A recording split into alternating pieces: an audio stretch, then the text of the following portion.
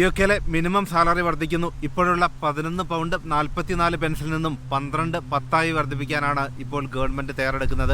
അതും ഈ ഏപ്രിൽ മുതൽ തന്നെ നിലവിൽ വരും. 6% വർധനമാണ് നടപ്പാക്കാനുള്ള തീരുമാനം ഗവൺമെന്റ് സ്വീകരിക്കുന്നത്. ഇത് യുകെയിൽ ജോലി ചെയ്യുന്ന ദശലക്ഷക്കണക്കിന് ജോലിക്കാർക്ക് വലിയ ബെനിഫിറ്റുകളായിരിക്കും കൊണ്ടുവരിക. ഇപ്പോൾ യുകെയിൽ മിനിമം സാലറിയിൽ ജോലി ചെയ്യുന്നവർക്ക് ഇതോടെ സാലറിയിൽ വലിയ വർധനവുണ്ടാവുകയും ചെയ്യും. കഴിഞ്ഞ ഏതാനും വർഷങ്ങൾക്കിടയിൽ മിനിമം സാലറിയിൽ കാര്യമായ വർധനമാണ് യുകെയിൽ നടപ്പാക്കി വരുന്നത്. അതിൽ തന്നെ ഏറ്റവും ഉയർന്ന സാലറി വർധനമാണ് ഇപ്പോൾ ലേബർ ഗവൺമെന്റ് നടപ്പാക്കാൻ ഒരുങ്ങുന്നത്. അധികാരത്തിലെത്തുന്നതിന് മുൻപേ തന്നെ ലേബർ പാർട്ടിയുടെ ഇലക്ഷൻ മാനിഫെസ്റ്റോയുടെ ഭാഗമായിരുന്നു മിനിമം സാലറി വർദ്ധിപ്പിക്കും, സാധാരണക്കാർക്ക് കൂടുതൽ പ്രയോജനങ്ങൾ നൽകുന്ന പുതിയ നിയമങ്ങൾ നടപ്പാക്കും, എംപ്ലോയീസ് റൈറ്റ് കൂടുതലായി യുകെയിൽ കൊണ്ടുവരും തുടങ്ങിയ കാര്യങ്ങളെല്ലാം. അതിന് തന്നെയാണ് ഇപ്പോൾ ഗവൺമെന്റ് കൂടുതൽ പ്രാധാന്യം നൽകുന്നതും. സാധാരണ ജോലിക്കാർക്ക് കൂടുതൽ സൗകര്യങ്ങൾ നൽകുക, സാലറി വർദ്ധിപ്പിക്കുക, ഇക്കാര്യങ്ങൾക്കൊക്കെയാണ് ഗവൺമെന്റ് കൂടുതൽ പരിഗണന നൽകിയിരിക്കുന്നതും. യുകെയിലെ ജീവിത ചെലവുകൾ വർദ്ധിച്ചെന്നും അതിന് ആനുപാതികമായ രീതിയിൽ സാലറി വർധനവ് വേണമെന്ന ആവശ്യം വിവിധ കോണുകളിൽ നിന്നുമുണ്ടായിരുന്നു. യൂണിയനുകളും ഈ ആവശ്യം ഉന്നയിച്ചു. അതിന്റെ അടിസ്ഥാനത്തിലാണ് deputy prime minister Angela Reiner ഉൾപ്പെടെയുള്ളവർ ഇക്കാര്യത്തിൽ ഉടൻ തീരുമാനമുണ്ടാകുമെന്ന സൂചനയും മുൻപ് നൽകിയത്.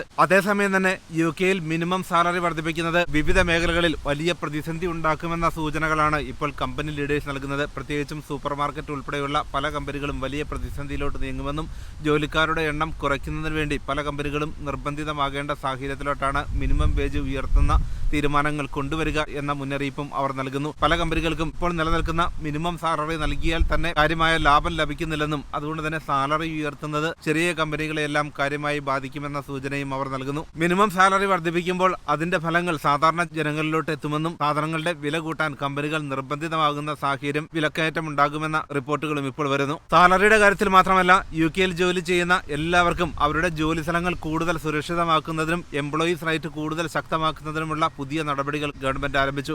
അതനുസരിച്ച് ഏതു തരത്തിലുള്ള പരാതികൾ ജോലിക്കാരുടെ ഭാഗത്തു നിന്നുണ്ടായാലും അത് അന്വേഷിക്കുന്നതിനും ആവശ്യമായ നടപടികളാണ് ഗവൺമെന്റ് തുടങ്ങിയിരിക്കുന്നത്. മിനിമം സാലറി വർദ്ധിപ്പിക്കുന്നത് മാത്രമല്ല, യുകെയിലെ പെൻഷനിലും കാര്യമായ വർധനവായിരിക്കും അടുത്ത വർഷം മുതലുണ്ടാവുക. 460 പൗണ്ടിന്റെ ആനുവൽ വർധനവായിരിക്കും പുതിയ പ്ലാനുകളിലൂടെ പെൻഷൻ ലഭിക്കുന്നവർക്കും ലഭിക്കുക. യുകെയിലെ പെൻഷനിൽ ഉണ്ടാകുന്ന വർധന ലക്ഷക്കണക്കിന് പേർക്ക് പ്രയോജനകരമാകും. യുകെയിലെ എല്ലാവർക്കും ലഭിക്കുന്നതാണ് സ്റ്റേറ്റ് പെൻഷൻ. പ്രത്യേക ക്രൈറ്റീരിയകളൊന്നുമില്ല. നമ്മുടെ നാട്ടിൽ നിന്നും വ്യത്യസ്തമായി യുകെയിലെ പെൻഷൻ ഏജ് ഉയർന്നതാണ്. 66 വയസ്സ് മുതലാണ് സ്റ്റേറ്റ് പെൻഷൻ ലഭിക്കുക. ഉയർന്ന പ്രായത്തിലും ജോലി ചെയ്യുന്നവരുടെ എണ്ണം യുകെയിൽ വളരെയധികമാണ്. 60, 65, 70 വയസ്സുള്ളവരും പലപ്പോഴും ജോലി ചെയ്യാറുണ്ട്. റിട്ടയർ ചെയ്താലും ആ ജോലി സ്ഥലങ്ങളിലോട്ട് തിരികെ എത്തി അവർ ജോലി കണ്ടിന്യൂ ചെയ്യുന്ന ആ ഒരു രീതിയാണ് യുകെയിൽ സ്വീകരിച്ചിരിക്കുന്നത്. പെൻഷനോടുകൂടി ജോലി അവസാനിപ്പിച്ച് വീട്ടിലിരിക്കുന്ന രീതി യുകെയിലെങ്ങുമില്ല.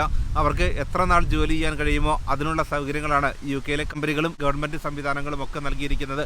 ഹെൽത്ത് കെയർ മേഖലയിൽ ജോലി ചെയ്യുന്നവരുടെ കാര്യത്തിലാണെങ്കിലും നഴ്സുമാരുടെ കാര്യത്തിലാണെങ്കിലും എത്ര വയസ്സാണെങ്കിലും അവർക്ക് ജോലി ചെയ്യാനുള്ള ആ ഒരു റീസണബിൾ അഡ്ജസ്റ്റ്മെന്റ് കൂടിയാണ് വർക്ക് പ്ലേസുകൾ യുകെയിൽ നൽകിയിരിക്കുന്നത്. യുകെയിലെ തൊഴിൽ മേഖലകളിലെല്ലാം കാര്യമായ ഒരു അഴിച്ചുപണി തന്നെയാണ് ലേബർ ഗവൺമെന്റ് തുടങ്ങിയിരിക്കുന്നത്. അതുമാത്രമല്ല, ഇപ്പോൾ യുകെയിൽ നിലനിൽക്കുന്ന പല പ്രതിസന്ധികളും ഇല്ലാതാക്കുന്നതിന് വേണ്ടിയുള്ള പ്ലാനുകളും തയ്യാറായിരിക്കുന്നു. രാജ്യത്ത് ഇപ്പോൾ നിലനിൽക്കുന്ന വീടുകളുടെ ഷോർട്ടേജ് പരിഹരിക്കുന്നതിന് വേണ്ടി 1.5 മില്യൺ വീടുകൾ, അതായത് 15 ലക്ഷം വീടുകൾ നിർമ്മിക്കുമെന്ന പ്രഖ്യാപനമാണ് ഇലക്ഷന് മുൻപേ ഇലക്ഷൻ മാനിഫെസ്റ്റോയിൽ ലേബർ പാർട്ടി നൽകിയിരുന്നത്.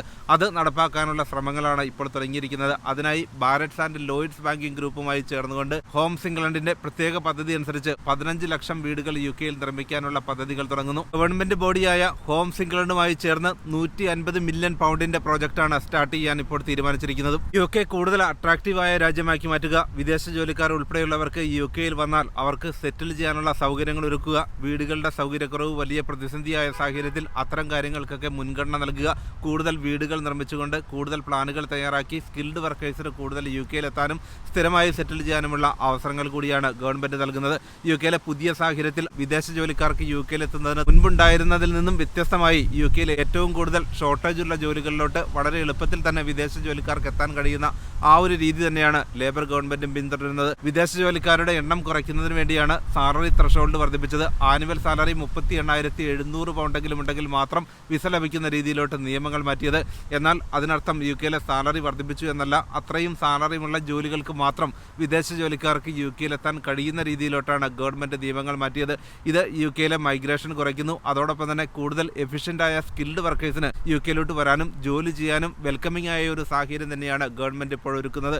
അതിനായി കൂടുതൽ വീടുകൾ നിർമ്മിക്കുക, കൂടുതൽ തൊഴിലവസരങ്ങൾ ക്രിയേറ്റ് ചെയ്യുക, രാജ്യം കൂടുതൽ സാമ്പത്തിക പുരോഗതിയിലോട്ട് നയിക്കുന്നതിന് വേണ്ടിയുള്ള പുതിയ പ്ലാനുകൾ അവതരിപ്പിക്കുക, ഇത്തരം കാര്യങ്ങൾക്കൊക്കെയാണ് ഗവൺമെന്റ് തുടക്കമിട്ടിരിക്കുന്നത്. ലേബർ ഗവൺമെന്റ് അധികാരത്തിലെത്തിയതിനു ശേഷം നടത്തിയ പഠനങ്ങളെല്ലാം സൂചിപ്പിച്ചത് ഇത്രയും നാളും രാജ്യത്തേക്കുണ്ടായത് ക്വാളിറ്റി മൈഗ്രേഷൻ ആയിരുന്നില്ല ആയിരുന്നില്ലെന്നും അതുകൊണ്ട് തന്നെ കൂടുതൽ ക്വാളിറ്റി മൈഗ്രേഷന് പ്രാധാന്യം നൽകിക്കൊണ്ട് സ്കിൽഡ് മൈഗ്രൻസിനെയും യങ്സ്റ്റേഴ്സിനെയും കൂടുതൽ വെൽക്കം ചെയ്യുന്നതിന് വേണ്ടിയുള്ള പദ്ധതികൾ അവതരിപ്പിക്കുക. അതിനായി യൂറോപ്യൻ രാജ്യങ്ങളുമായി ചേർന്നുകൊണ്ട് യങ് പ്രൊഫഷണൽ സ്കീം നടപ്പാക്കുക.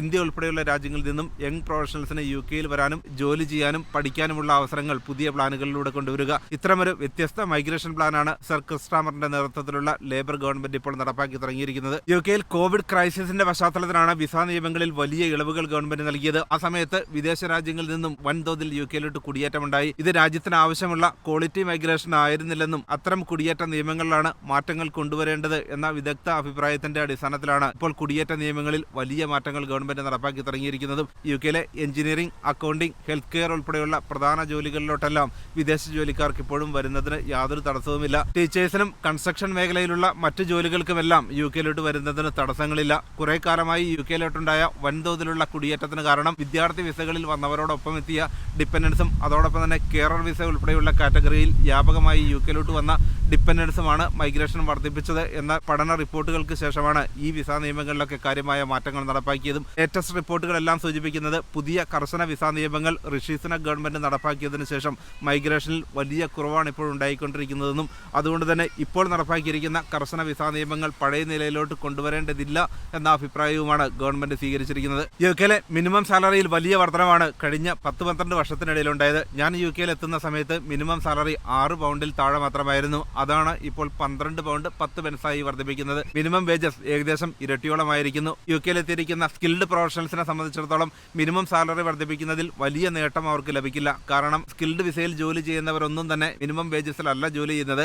അതിനേക്കാൾ ഉയർന്ന സാലറിയാണ് അവർക്ക് ലഭിക്കുക. അവരോടൊപ്പം എത്തിയ ഡിപ്പെൻഡൻസിൽ പലരും സാധാരണ ജോലികൾ ചെയ്യുമ്പോൾ അവർക്ക് ലഭിക്കുന്നത് മിനിമം വേജസ് ആണ്. നാഷണൽ മിനിമം വേജ് ഗവൺമെന്റ് നടപ്പാക്കിയാൽ അതിൽ താഴെ വേജ് നൽകാനായി ആർക്കും സാധിക്കില്ല.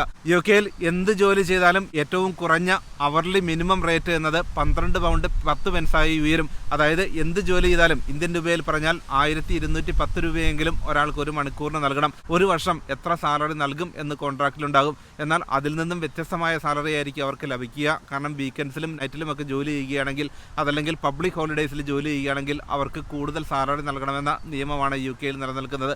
അതുകൊണ്ട് തന്നെ കൂടുതൽ മണിക്കൂറുകൾ ജോലി ചെയ്താൽ കൂടുതൽ സാലറി ഏൺ ചെയ്യാൻ പറ്റുന്ന ആ ഒരു വർക്ക് അറ്റ്മോസ്ഫിയറാണ് UK എങ്ങും നടപ്പാക്കിയിരിക്കുന്നത്. പുതിയ തീരുമാനം നടപ്പാക്കുമ്പോൾ ദശലക്ഷക്കണക്കിന് പേർക്ക് അതിന്റെ പ്രയോജനം ലഭിക്കും. UK സാധാരണ ജോലികൾ ചെയ്യുന്നവർക്കെല്ലാം വലിയ പ്രയോജനങ്ങൾ തന്നെയാണ് പുതിയ മിനിമം സാലറി വർദ്ധിപ്പിക്കുന്ന ഗവൺമെന്റ് തീരുമാനത്തിലൂടെ UK നടപ്പാക്കുക. ഏതൊരു ജോലി സ്ഥലത്തും അവർ ഓഫർ ചെയ്യുന്ന കോൺട്രാക്റ്റിൽ നൽകിയിരിക്കുന്ന മിനിമം വേജസിനേക്കാൾ കൂടുതലായിരിക്കും പലപ്പോഴും അവർക്ക് സാലറിയായി ലഭിക്കുക. അതിന് പ്രധാന കാരണം അൺസോഷ്യൽ അവേഴ്സിൽ അവർ ജോലി ചെയ്യുമ്പോൾ ലഭിക്കുന്ന അധിക സാലറിയാണ്. വീക്കെൻഡ്സിലും നൈറ്റിലും എല്ലാം ജോലി ചെയ്യുമ്പോൾ അതുകൊണ്ട് തന്നെ കോൺട്രാക്റ്റിനേക്കാൾ കൂടുതൽ സാലറി ഏൺ ചെയ്യാൻ പറ്റുന്ന സാധ്യതകൾ തന്നെയാണ് UK ജോലി സ്ഥലങ്ങൾ നൽകുന്നത്.